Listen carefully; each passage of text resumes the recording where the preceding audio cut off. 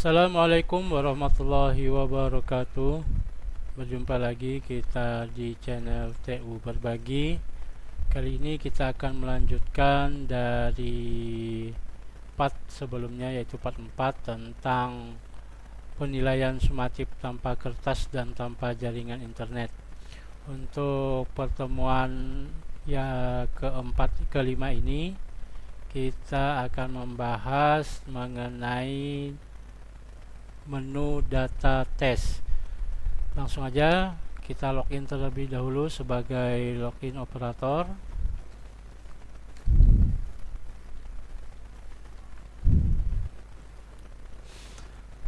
Di sini di menu data test.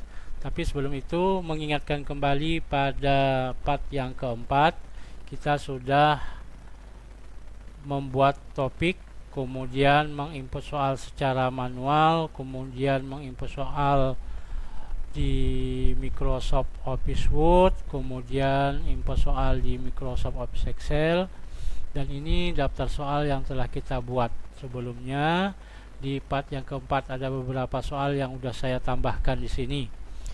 Jadi untuk langkah selanjutnya adalah membuat data test. Jadi dalam menu data test ini terdapat beberapa menu yang nantinya akan kita bahas satu persatu. Baik, untuk submenu yang pertama adalah tambah tes. Di sini digunakan untuk menambah tes dalam ZiaZBT. Apa nama tes yang kita akan buat, kemudian deskripsi, waktu pelaksanaannya, dan kelas mana saja yang akan mengikuti tes yang akan kita buat ini. Langsung saja untuk kita praktekkan atau tutorialkan. Di sini tambah tes, kita beri nama misalkan sumatif TP1, atau sesuai dengan mata pelajarannya atau sesuai dengan materinya bisa kita kasih nama untuk tes ini. Kemudian deskripsi kita samakan saja, atau materinya, atau kita samakan dari nama tesnya, tidak masalah. Kemudian tentang waktu pelaksanaan, andaikan kita ingin melaksanakan nilai sumatif di beberapa kelas dalam waktu 1 minggu ini, maka kita dapat menyesuaikan rentang waktu yang ada di bagian ini. Kemudian bisa kita atur tanggalnya, kemudian kita bisa atur jamnya dari hari ini sampai hari apa akan kita laksanakan tes yang akan kita buat ini. Misalkan kita buat di sini adalah rentang waktunya dalam 1 hari 24 jam, tidak kita ubah sesuai dengan default yang ada di sini. Kemudian kita apply. Pilih kelas, misalkan kita pilih, karena kita mengajar di kelas 7A, 7B, 7C, kita pilih semua kelas. Jadi kalau bisa kita untuk melakukan penilaian nilai sumatif ini berdasarkan kelas, atau hanya satu kelas, 2 kelas, atau seluruh kelas bisa kita atur di sini. Kemudian untuk waktu tes, ketika siswa memulai ujian tes, itu waktu tesnya akan sudah dihitung. Jadi misalkan kita memerlukan tes selama 1 jam, maka tulis 60 menit. Jadi penghitungan waktu tes ini ketika siswa sudah mengklik mengerjakan soal. Jadi bukan pada saat login atau saat membuka aplikasi ZiaZBT ini. Kemudian poin dasar untuk satu soal ini kita kasih nilai berapa. Misalkan kalau ada 10 soal, agar dapat 100 poinnya, maka untuk satu soal kita kasih poin dasar 10. Kemudian kalau jawaban salah, kita kasih 0. Kemudian kalau jawaban kosong juga 0. Ini tunjukkan hasil. Kalau tanda centang ini kita berikan, maka hasil yang dapat dilihat oleh para peserta didik bisa langsung ditampilkan pada aplikasi. Namun ini biasanya tidak ditampilkan karena kita menggunakan berbagai macam jenis soal. Ada esai. Yang namanya esai, kita akan terlebih dahulu mengevaluasi jawaban dari peserta didik.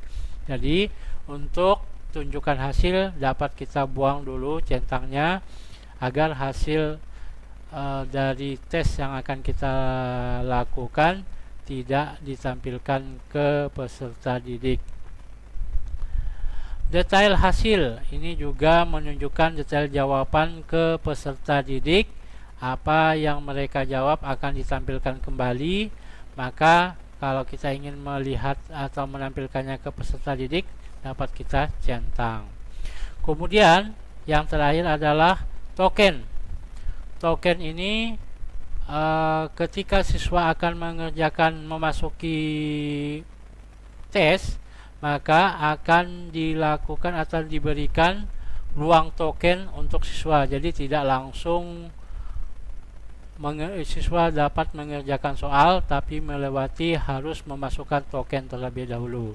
Jika diklik, kita coba, kita tekan token untuk memberikan token kepada peserta didik apabila peserta didik nanti untuk mengerjakan soal. Ini kita pilih semua untuk grup kelasnya. Setelah kita buat nama tesnya, maka kita simpan. Sudah berhasil, kita roll ke bawah. Di sini tes tersebut belum memiliki soal, maka di sini kita akan tambahkan soal untuk tes tersebut. Modul karena hanya ada satu, kemudian topik ada satu juga yang kita buat. Kalau banyak topik yang kita buat akan muncul semua yang ada di sini. Mana topik yang akan kita pilih untuk dijadikan soal dalam tes ini. Sini hanya satu contoh. Kita pilih Sumatip TP1 ada 10 soal. Kemudian tipe soal karena kita memiliki ada pilihan ganda, esai dan jawaban singkat, maka kita pilih semua. Jika soalnya hanya pilihan ganda, maka kita pilih pilihan ganda, maka soal esai dengan soal jawaban singkat tidak akan muncul. Jadi kita pilih semua.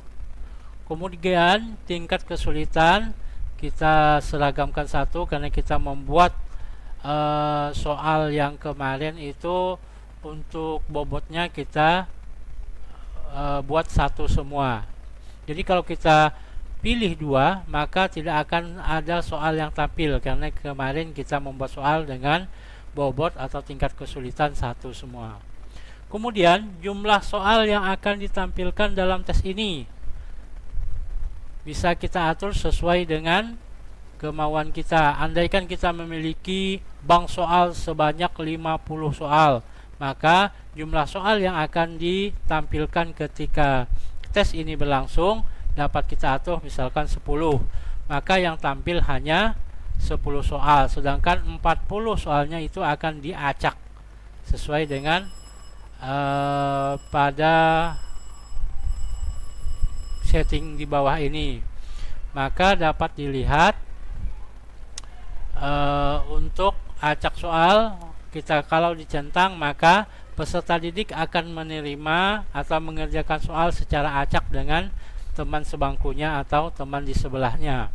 Kalau tanda acak kita buang, maka soal akan berurutan sesuai apa yang kita buat pada topik soal yang kemarin kita buat, yaitu di topik Sumatip tipe 1 ini.